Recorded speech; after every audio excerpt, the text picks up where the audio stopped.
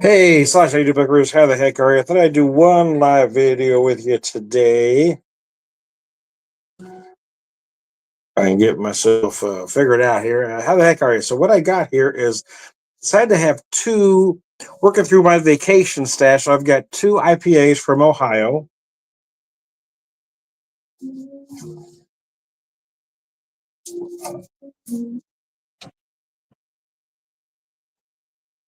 Two IPAs from Ohio. One from Columbus Brewing, I should say, India Pale Ale. And then one from Outerbelt Brewing. They're gravel donuts. Let me show that one to you.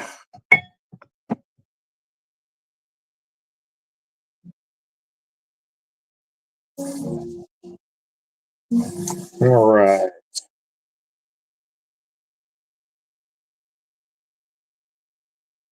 Get that out of the way there. So I'm going to start with the Columbus IPA. Columbus Brewing Company. Got this in a mix pack. Unfortunately, I never got it to the brewery there, but I was able to pick up this mix pack at a store. I know it says on here, but my lighting isn't great. So I'm going to pour, then I'm going to look on the can here. Using my Ohio Pint Night can or glass here.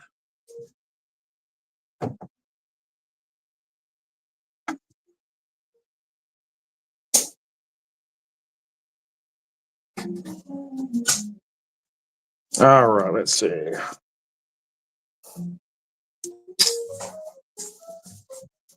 6.3% this IPA is. What I thought was interesting about it when I had it before, so let you take a look, and you can kind of see that by the color, it's a little deeper, maltier than most of the style these days.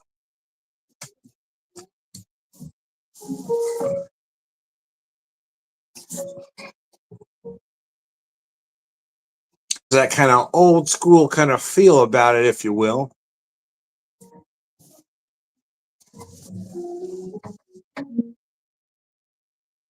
Now, I'm not really in this nice little Christmas pub behind me, but trying to create a mood, man.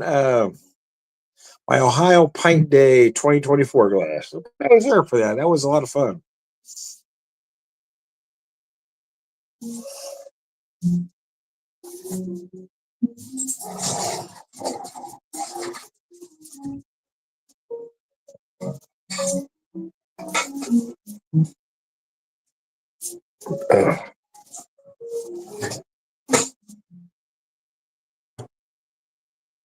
Yeah, that's a nice beer. Again, maltier than most these days, or feels a little maltier. A lot of grapefruit going on. A nice malt body that holds on to everything.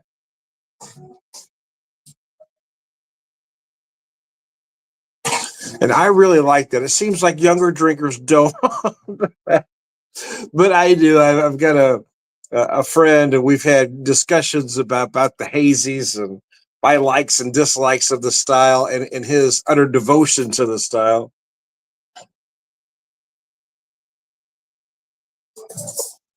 And the bottom line is, anyway, the conclusion that I've came to is, some of us older guys just like a maltier beer than those younger folks. They want everything to taste like fruit juice. When I want my beer to taste like beer, I don't mind fruit notes. I don't mind the accents, but I don't want it to taste like juice, right?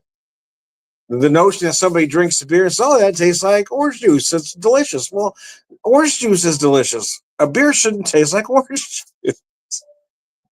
Anyway, I digress.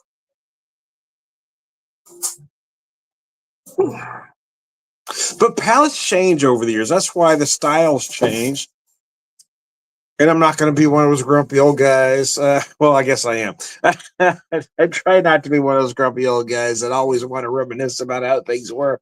Us old guys need to come to the realization that we're no longer the demographic, right? They're not making beer for us anymore. And the fact that the styles have changed so much is because that's where the demand is now.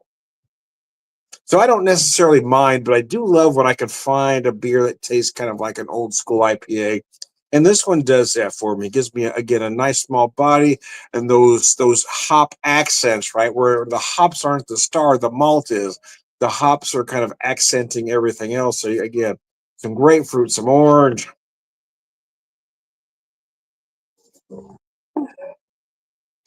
maybe a hint of pine in there, some botanical notes, if you will.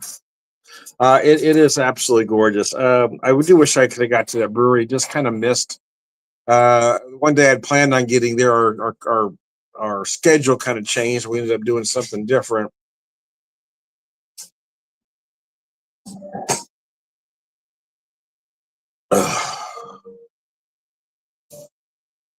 But it gives me a reason to want to go back. We don't typically go back to locations, but we never strayed that. Well, I would say never. We haven't strayed that far from home in a long time. We spent 5 days in the Columbus area, and there was just too much to get it all in, and I knew that going into it, which is why I didn't want to put so much pressure on trying to get to everything. I'm just going to say, okay, we're going to get to what we can get to, and just kind of be glad we got to that. So I do hope to get back to that area again. I do would like to. We want to spend some time in Cincinnati, further south, but I wouldn't mind getting further north. Not necessarily a Cleveland, in all honesty, but we wouldn't mind going to Toledo. And no, I'm not going to the Rock and Roll Hall of Fame. They can bite me. I am boycotting their ass until they start getting shit right and start putting artists in that actually belong there instead of whoever they think is going to bring them the most money. The artists, I mean, there are some artists that deserve to be there. Don't get me wrong, but there are quite a few artists that don't deserve to be there. And not that those artists don't deserve accolades; they just don't belong in the Rock and Roll Hall of Fame, and that's all I'm saying. They weren't known as rock and roll when they were putting out hits, so they don't belong in the Rock and Roll Hall of Fame. They belong in their, genre fame, whatever that might be, but they don't belong in a Rock and Roll Hall of Fame. And we have so many great artists that should be there, so many pioneers that paved the way, like Link Ray. That one is a particular hot spot for me that Link Ray isn't there. He paved the way for so many artists. A Native American rock and roller isn't there. And until that happens, they can kiss my lily white ass. I'm never going to the Rock and Roll Hall of Fame. Anyways, but I digress. Sometimes I get on a tangent. I never know what's going to bring me there, but sometimes something will, I'll hit a fork, decide to go that way. No, but seriously though, we would like to spend some time in Cincinnati. We kind of hope to spend more time this time, but it just didn't happen. And at one point, I think we thought about kind of trying to go north, but it would have been just a lot of extra driving, and we would have missed some things that were there. So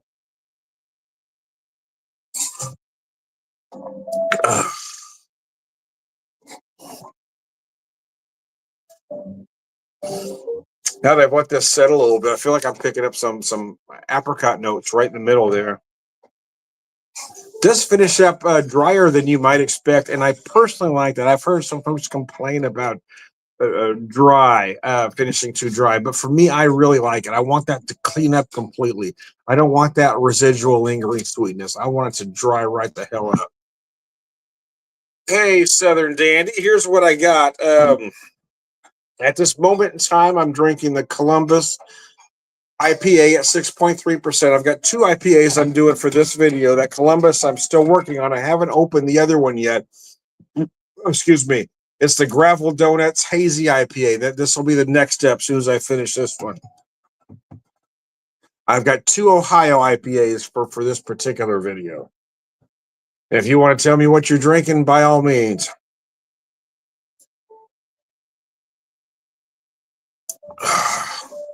Been using my nice Ohio pint day glass. We happen to time that just right, I guess. So let me finish this one up so I can pour the Outerbelt.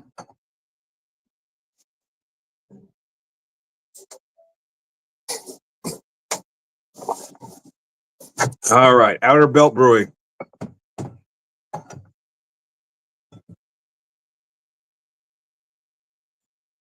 Carroll, Ohio. Hazy IPA. Drinking a caffeine-free Coke Zero. Well, there you go. Yeah. That doesn't sound like fun, but you got to do what you got to do, I guess. No caffeine, no sugar. I can't make that. I can't make that sound appetizing. No caffeine, no sugar. What the hell, man? Uh, but I understand. I understand. I'll post your comment there. I'm going to show you this picture though, because look how beautiful that beer poured for me.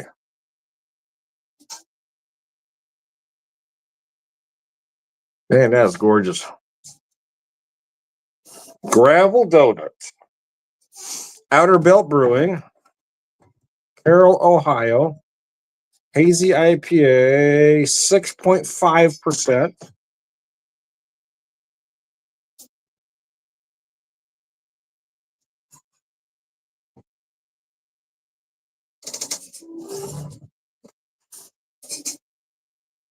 No, this one is very nice. Again, I'm kind of on the record as not being the biggest fan of the hazy. And some kind of take it as that I'm a bit of a hater. I'm really not. I just cannot buy into the hype. I think some of them are done really well. Some of them are done really poor. And for me, it's just not a go-to style. But as I said earlier in the video, that I am no longer the demographic craft breweries are shooting for. And us old guys need to come to that realization that they're not making beer for us anymore. And quite frankly, they shouldn't be. I mean, you got that new crowd coming in. I don't get out enough anywhere to make it worth it, right? I mean, I might get to a local craft brewery twice a month at the most, typically. So, I mean, I'm not the guy going out all the time. They need to make beers for the folks that are going there on the daily. And for the most part, it's not us old guys anymore. We're staying home. We want to be home by dark. It's not getting dark. We want to get home. We don't like driving at night. We don't like driving in the rain. We want to get home, man. We want to get our jammies on, get comfortable, put the TV on, kick our feet up. We don't want to be out 8, 9, 10 o'clock anymore. Let you guys handle that. We've done our bit. We've done our bit.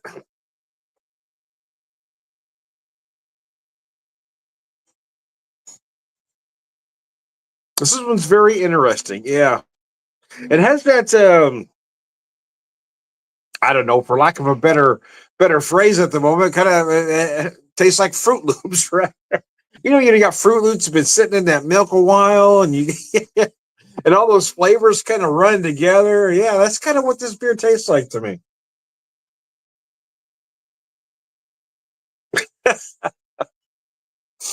I know it doesn't make a lot of sense, but that's kind of what I'm getting out of it. It's very nice though. Again, it's very light bodied for the ABV. A lot of big fruit notes. Again, it just kind of feels like I don't want to well, I'm going to use the word. So I don't want to use the word hodgepodge, but that's kind of how I feel it. Just there's a whole lot of things together all at once.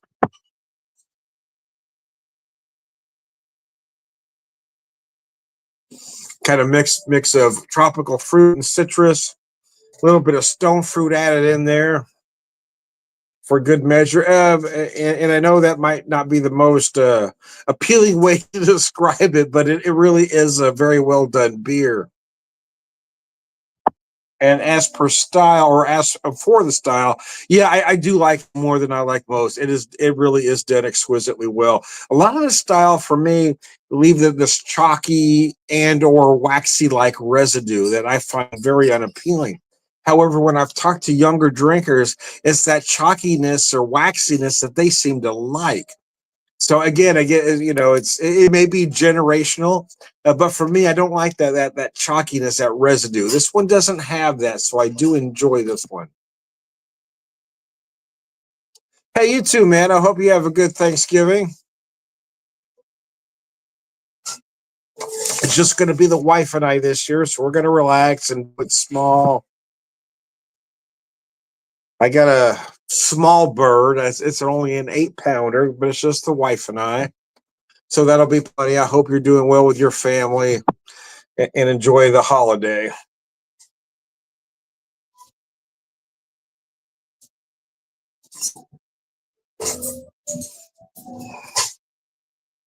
Yeah, this one is very interesting. Like I said, it kind of almost feels like that hodgepodge, right?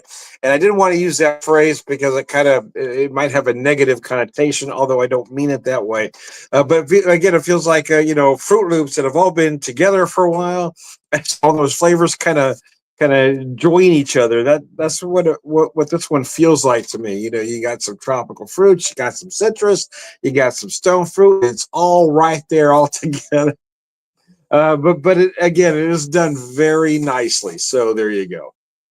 Oh, excuse me. Oh, the beer, the beer. These are my first two beers of the day. Believe it or not. I know you're not going to believe it, but they really are. The first two beers of the day. I've been struggling drinking beer lately, and it's going to be a problem. I can tell. I've had a hard time drinking more than two at a time. I've got to take a long breather in between to have that third. I'm not digesting it as well as I did as a younger person. Goes with the territory, I suppose. Anyways, I digress. Let me show you the cans again. I started with the very close to a way back when IPA, the Columbus India Pale Ale from Columbus Brewing, Columbus, Ohio, and then the Hazy Gravel Donuts from Outerbelt Brewing out of Carroll, Ohio. Both are done exquisitely well. So again,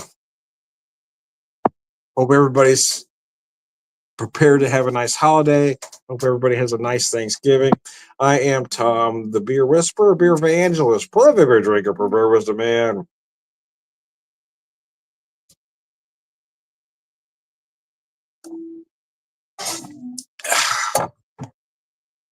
All around good guy, Sláinte. Thanks for tuning in.